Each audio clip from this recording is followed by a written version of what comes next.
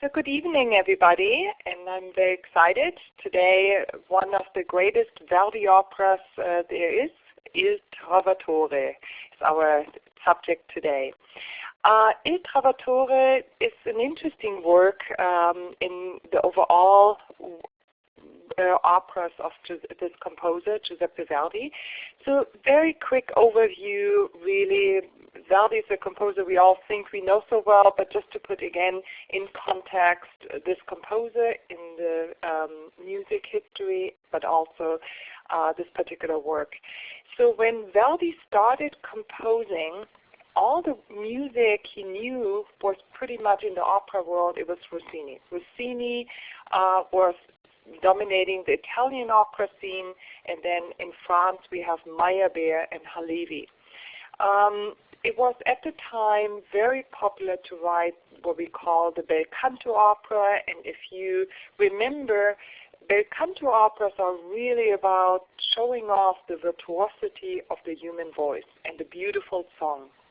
And Rossini made fun of himself and said, well, give me a laundry list and I will make an opera out of it. So basically saying it doesn't really matter what you're singing about it, but all it is about the bel canto, the beautiful singing. When Giuseppe Verdi came around, and we see, it started actually with the younger generation of the bel canto composers, with Donizetti. He was the first one who explored how to make operas more dramatic. Lucia di Lammermoor was one of the great really pushes towards more drama on the opera stage. And then when Giuseppe Verdi got his great breakthrough with Nabucco in 1842, really opera changed for good. It never really went back to the light opera buffas, the comedies that that Rossini used to write. So now drama became so important in opera. And it really was where Giuseppe Verdi was very picky about which libretti he was choosing. He really brought a new tradition to the field of opera. Before, opera in the bel canto tradition was literally just to show off the human voice. And the human voice was treated like an instrument.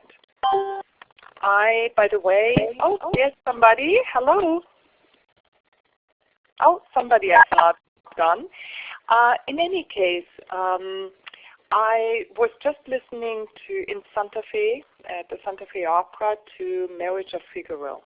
And it was really, what a great opera. It was such an exciting production, by the way. I loved it. It's a long opera, Marriage of Figaro, and there's some tendency that sometimes you feel, oh, another recitative. But the performance was so great that I didn't want it to end. You know, we were approaching the fourth act, and it was like, no, start from the beginning. Very seldom you have this sensation with such a long work. But it was also interesting. Mozart, like Rossini, treated the human voice almost like one of the instruments. A lot of virtuosity, very difficult virtuose passages. Now, this is all secondary, and it doesn't mean that Verdi operas are easy to sing. Oh, by no means. But it was just now it's more about what they're expressing. And of course, the emotion Verdi was so great in expressing was all the rage, love, and hate arias. And he really developed this new type of formula.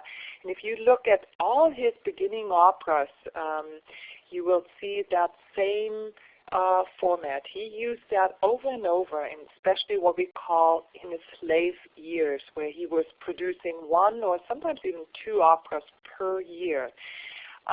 He was always starting, like all opera composers, of course, with an overture. But then he felt it was very effective to draw in his audiences with a chorus.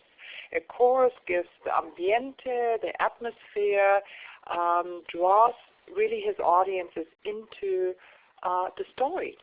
And so it was so effective that, and he had made such a mark with his choruses in Nabucco that that concept he kind of used over and over for quite some time. There's very few operas which do not start exactly this particular way.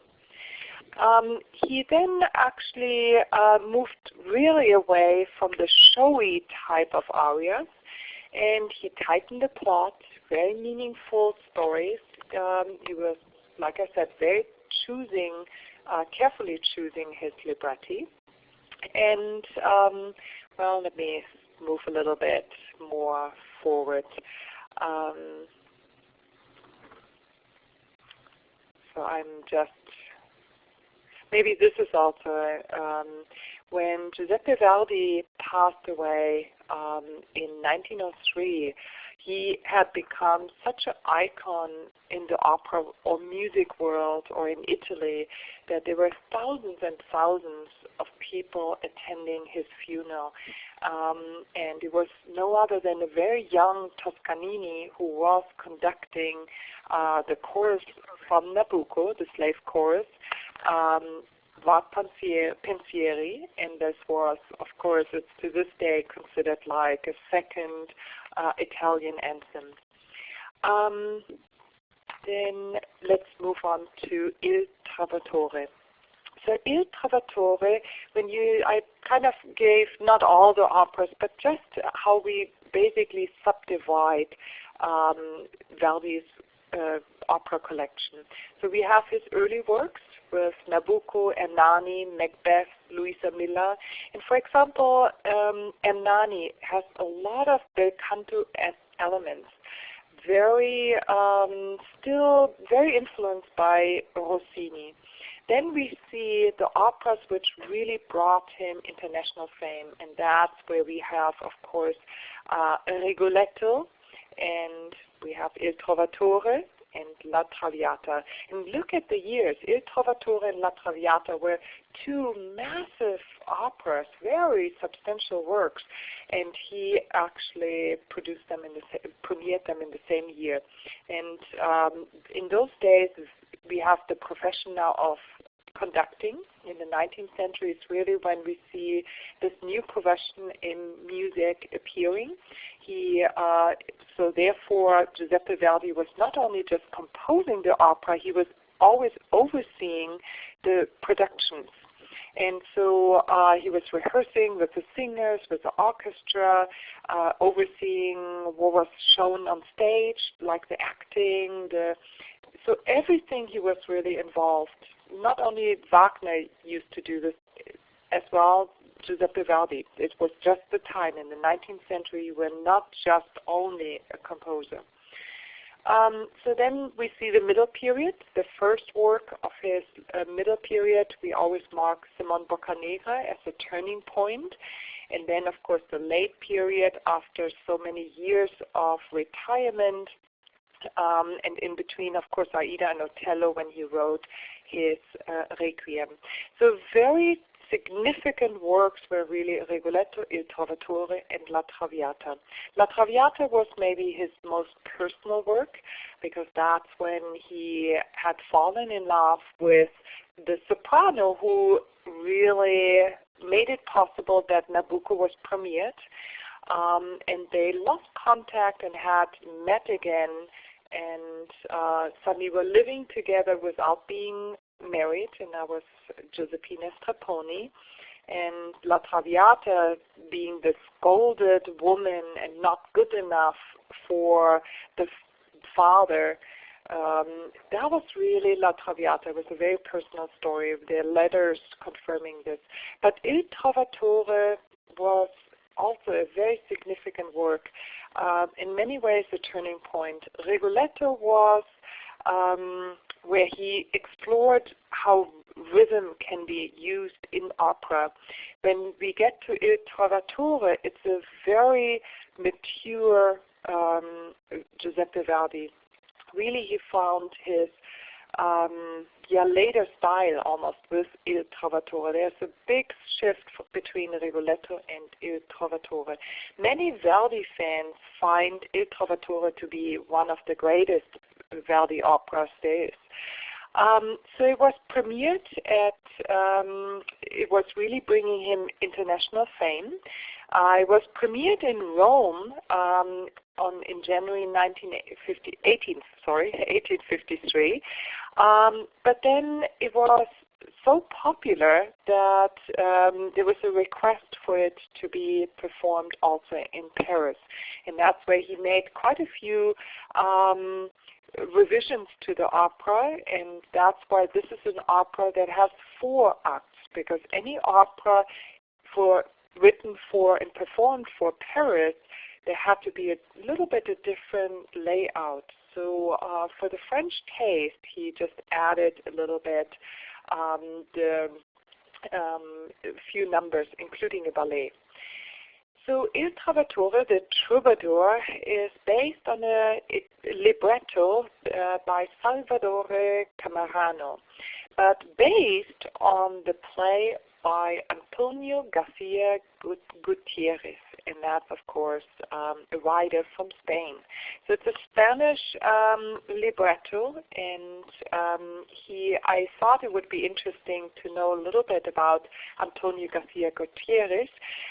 He was born in Cadiz and worked most of his life and died in Madrid.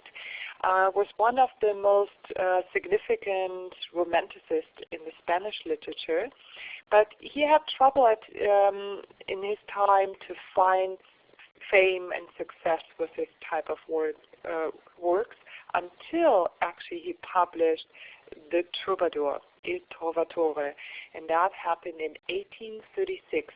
So this book was very well known that really it brought success also to Giuseppe Verdi. It was quite such a dramatic story. Well, it's quite a twist, as some of you maybe know the story.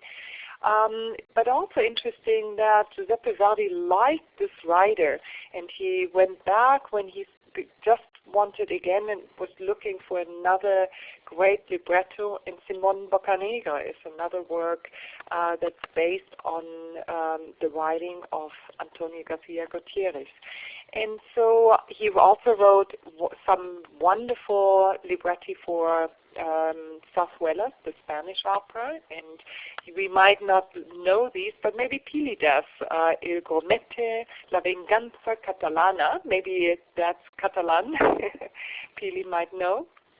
But he had to also pursue other interests and professional pathways, but really these 2 works became so well known, and of course partially because of Giuseppe Verdi.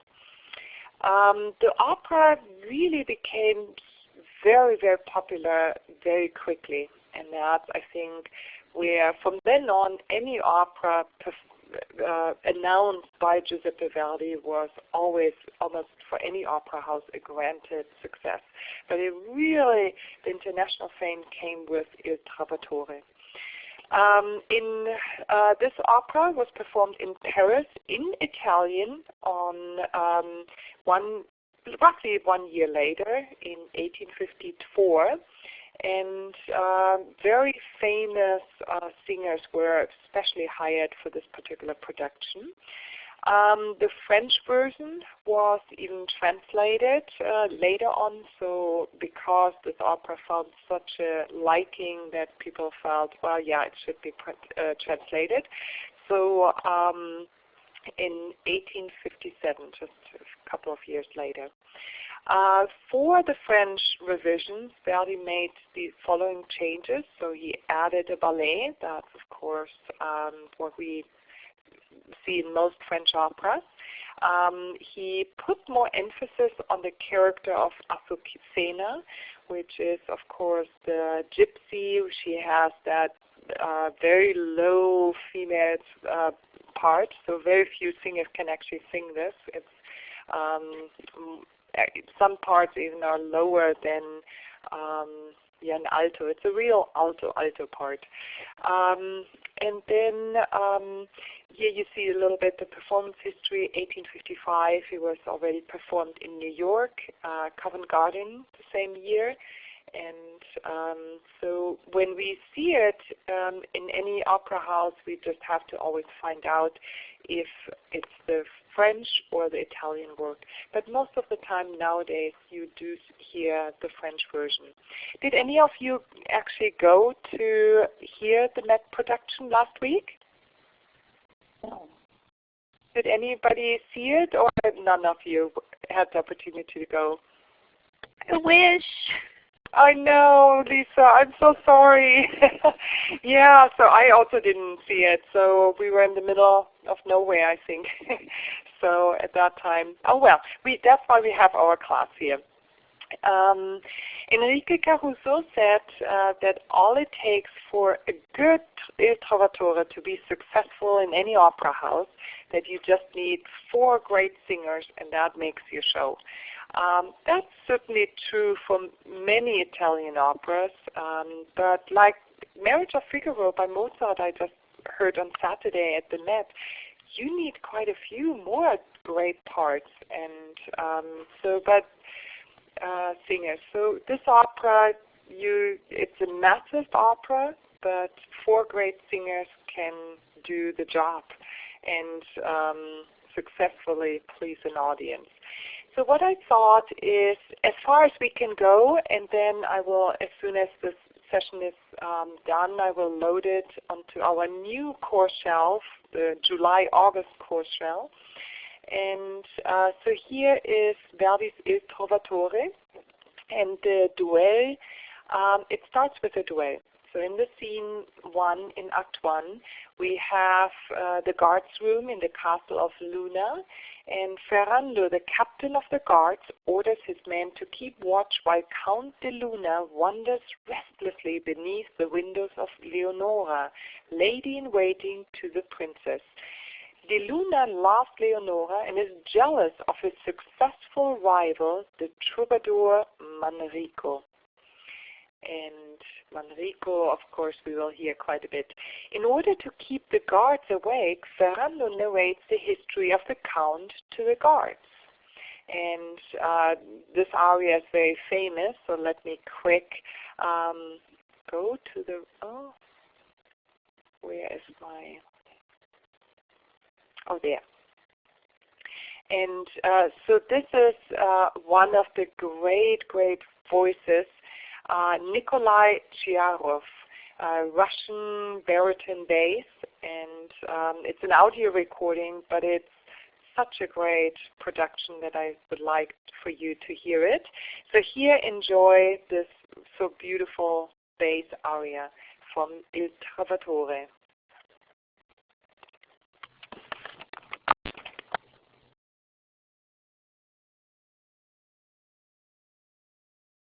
All guests have been muted.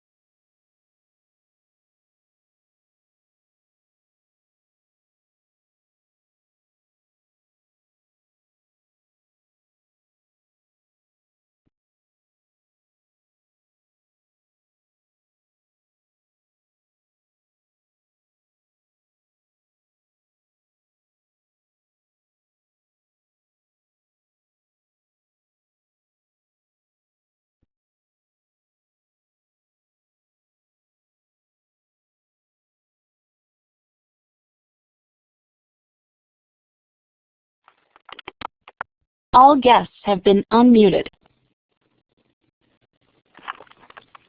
Yes, hello everybody. Can you hear me? Hello. Oh, good. Perfect. Oh, no YouTube. Oh, it didn't work? Yeah. It worked.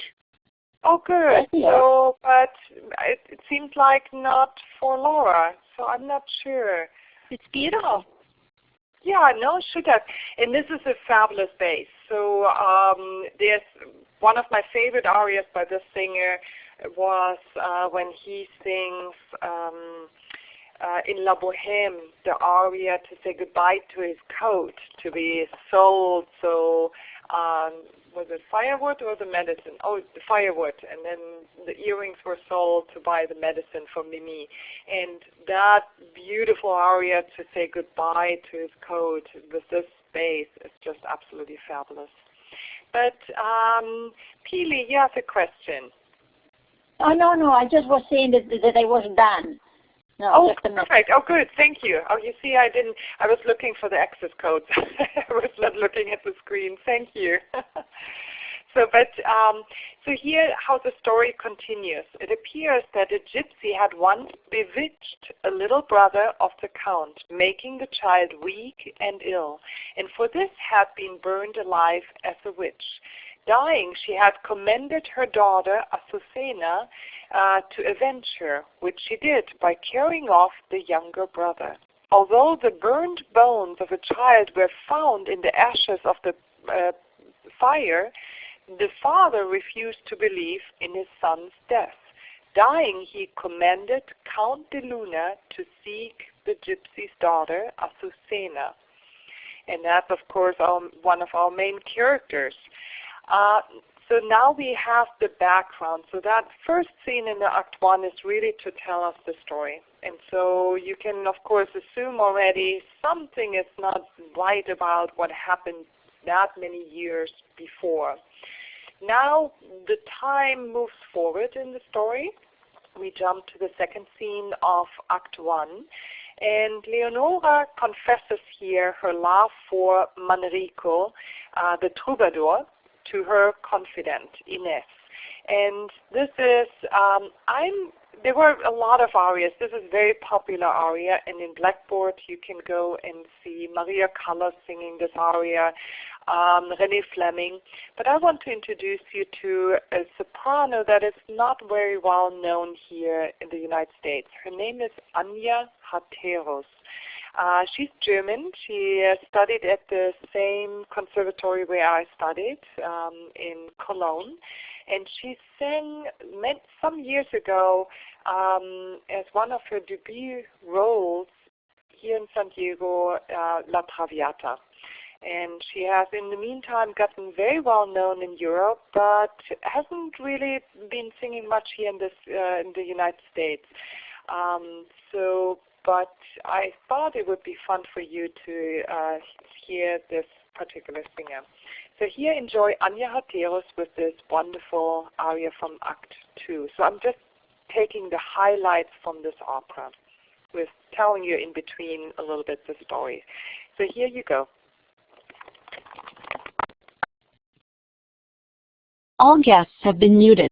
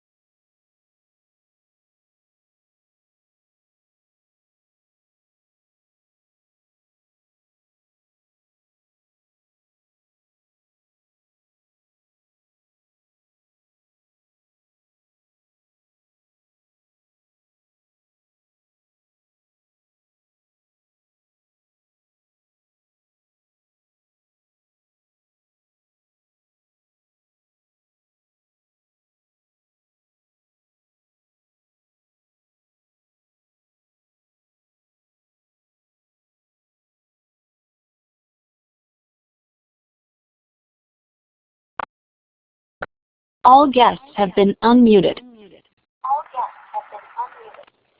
Beautiful.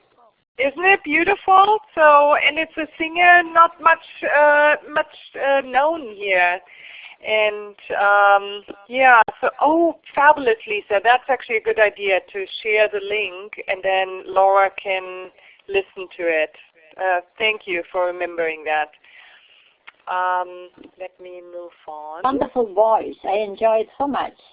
Isn't it? I mean, and she did a beautiful La Traviata, and that was really her one of the first, I think it was the first time actually she ever sung La Traviata, and that's a scary role because La Traviata, you have in the first act 3 major arias, and you're half an hour on the stage, and for any young singer that's really daunting. But here at Act 1, Scene 2, there's a wonderful aria for, your computer froze again. Oh, and there you are. I'm glad you're back. And so this next aria, before I load it for everybody here, Laura, you have this next aria. So this is when everybody has gone, Count de Luna hears the voice of his rival, Manrico, in the distance. And so that's this beautiful aria, and one of the great tenors of all times was Corelli, Franco Corelli. And in Blackboard you can look, there's Alagna and Domingo, but I thought just when I heard him again, it's such a beautiful interpretation. He has such a clear, great voice. So here I want to share this with you, and it's a short aria.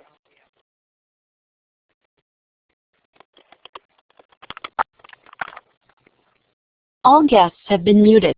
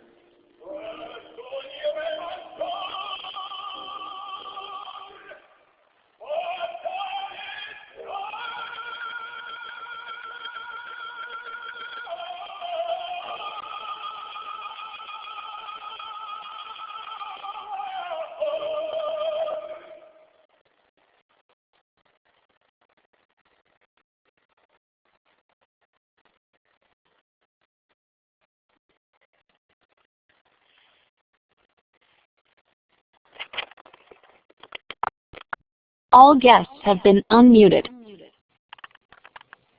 Today we have a lot of music, so I thought this would be fun for today. Still in Act 1, Scene 2, now while Leonora in the darkness mistakes the Count for her lover, Manrico, himself enters the garden and she rushes to his arms. The Count recognizes Manrico as his enemy who has been condemned to death and compels him to fight. Leonora tries to intervene but cannot stop them from fighting. And this is a very powerful duet I would like to share with you. And I forgot which of the versions, well, there's again, some of the great singers have been singing this particular trio is very famous. This is maybe one of the great moments in this opera. So here, the trio, and I forgot which version this was. I always had looked so many up. Let me see. So this is 1978 from the Vienna Opera House. And here we have Piero Cappuccilli is the Conte de Luna, Manrico sung by Placido Domingo, Leonora is Raina Kabaivanska, very famous at the time. So here enjoy this particular production, and I again will mute the phone line. All guests have been muted.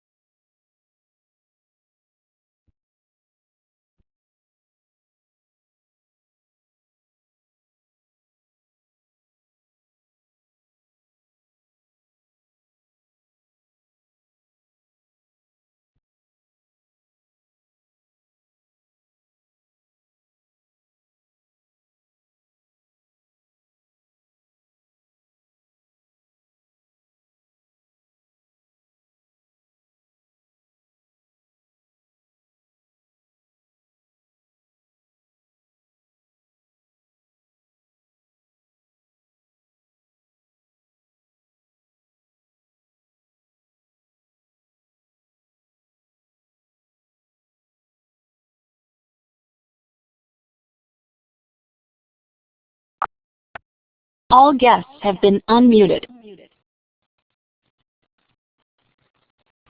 Well, as you can hear, what a great way to end your first act.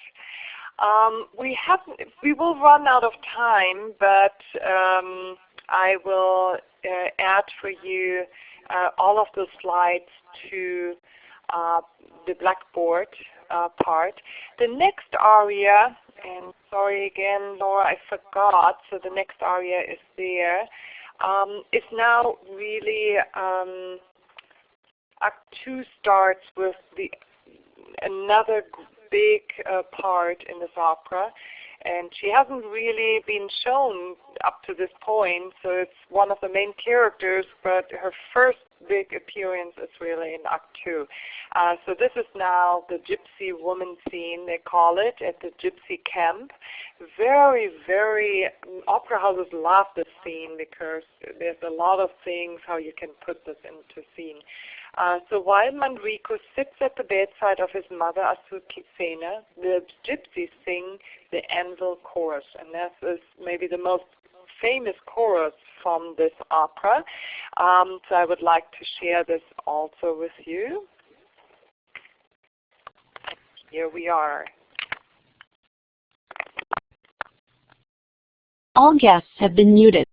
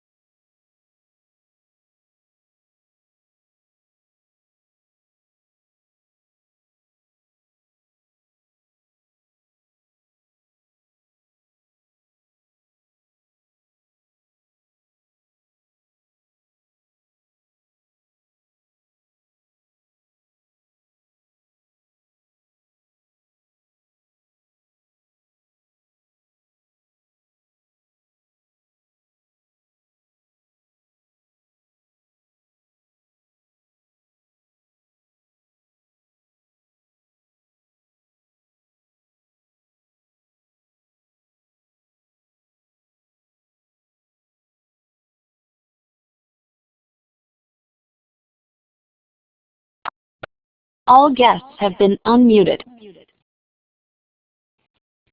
Hi, everybody. Hi.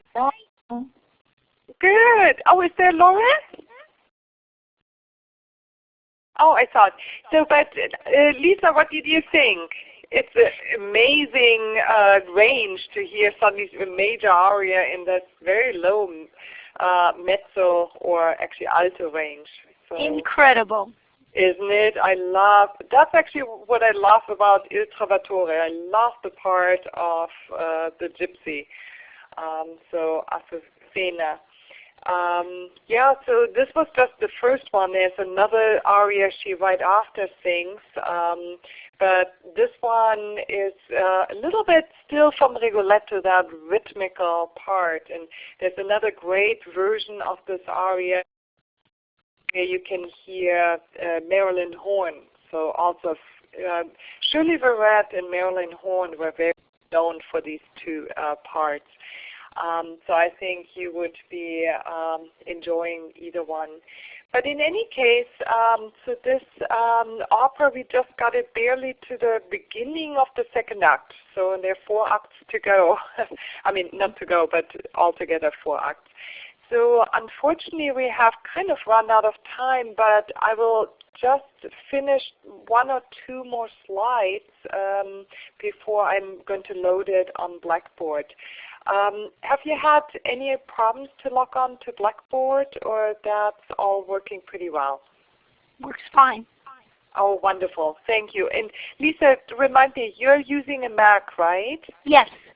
Oh, wonderful. I'm happy to hear that. So anytime something is not accessible, let me know. There's always a chance it's on my end, something I need to reload or change the format or something.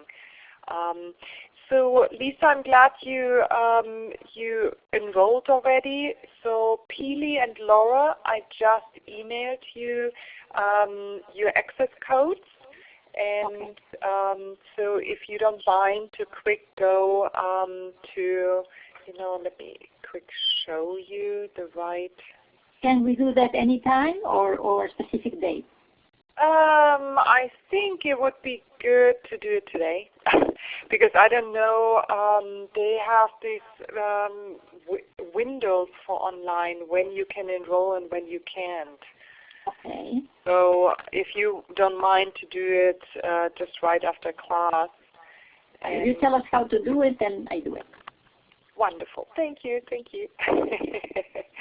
No, because and if there's any problems, I will be here on my computer, so you can basically let me right away know if something is not working. And just look at your email. I sent again the information, and it should go pretty easy. And Laura, so I don't know if you can do it. If not, let me know. And then I'm looking forward. Next week we have a very exciting opera. It's a Glinka opera by, I have never heard this whole work, but I know it must have some glorious melodies because Glinka was really one of the great composers with such talent for melody. And so it's called Ruslan and Ludmilla by Glinka. So that's our opera for the next 2 weeks, I would say. It will take us a little while to get through that opera. And so I'm looking forward to next Monday. So we will continue. In the meantime, I wish you all happy 4th of July and enjoy the wonderful San Diego weather. And I'm looking forward to our next online opera class. Thank you all, and have a great evening. Happy 4th. Happy 4th, Lisa. Bye-bye. Bye-bye, Thank Lisa. you, Claudia. Thank you, Lisa. And bye, Pili. Bye-bye. And Laura already left, I guess. Bye-bye. Bye. Oh, Pete, are you there?